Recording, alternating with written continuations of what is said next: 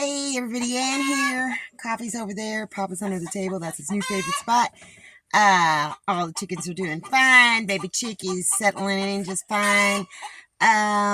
So somebody left me a comment and it kind of inspired, me to make a video on why I will never get electricity on this property.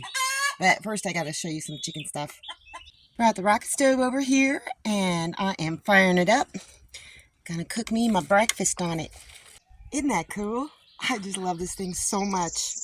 Oh my gosh, that cooked up fast. And I still got wood left in the burner. I'm gonna give some to Papa, give some to me, give some to Baby Chick and to Mama Chick, and maybe the two others in the other coop. There you go, sweet baby. Here you go. Go for it. Let's see if I stand over here. They're not sure about it.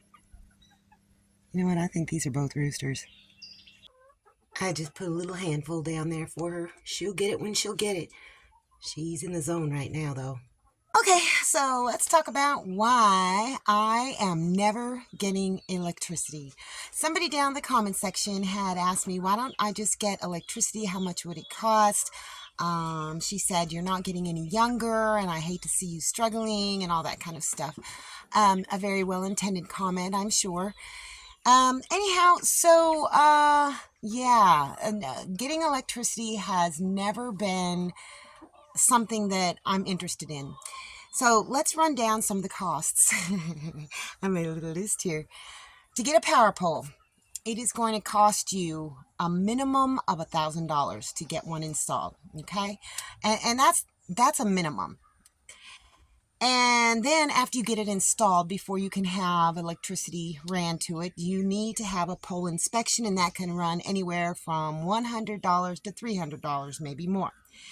And since I have a tiny house, a shed house, in this county, the electric company will not connect electricity to a tiny house. So, unless you know how to do it yourself, you've got to figure something else out. So they will connect it to an RV.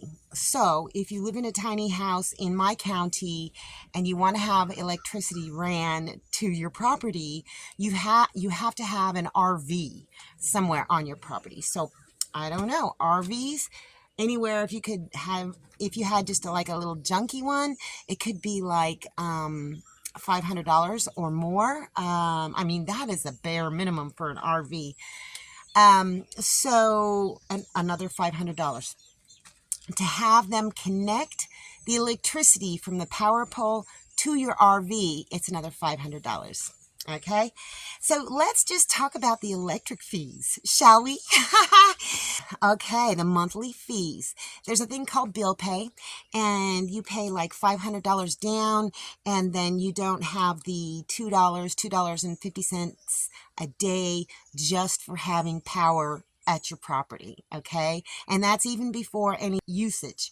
So you have to pay $500 down, and then you have to pay you can pay monthly if you want, but the way that it works out here is they charge you daily.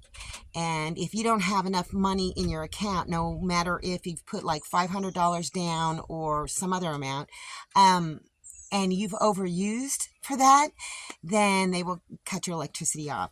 So bill pay is $500 down, and then you have to pay your daily electricity fee, okay? Pay as you go, it's $150 deposit. You do have to pay the $2.50 a day just for having electricity ran to your property, and plus you have to pay for your daily usage. So the only good thing about putting $500 down is you don't have like the $2.50 a day fee.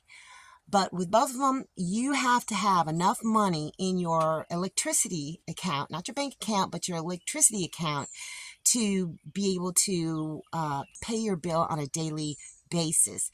And if you don't have that money in your account, then they will cut you off. They just will. It doesn't matter which kind of deal you've got. So if you're disconnected, they will charge you $150 to come and turn your electricity back on. So that's about $3,500 plus, and that's before I even have to pay for electricity. And so I've kind of heard some different quotes of people, how much they pay per month. Well, a friend of mine who has a 2-bedroom apartment pays $500 a month in electricity alone. There is no way on God's green earth that I am going to pay that much for electricity. I will suffer. I would rather suffer before having to spend $3,500 and then $500 a month just for electricity, something that comes from the sun that I can capture on my own. Okay. So, also, I know solar. I'm not a genius. I don't know everything about it, but I do know how to troubleshoot things and fix things if something should break down. If the power would go out, it's going to take the electric company to come back and turn it on. If somebody runs into my power pole and knocks it over, or something happens, a tree trimmer trims my line or something, if the tree trimmer cuts my line, then the electricity company has to pay for it. But if somebody runs into my power pole, yeah, I have to pay for that to get that fixed. And so, no, no. And here's the thing. It wouldn't be making my life easier, because I would be doing the same thing. In order to avoid a huge electric bill, I would be conserving energy. I would not be wanting to run the air conditioner. I would be checking every day to see how much, electricity I've used.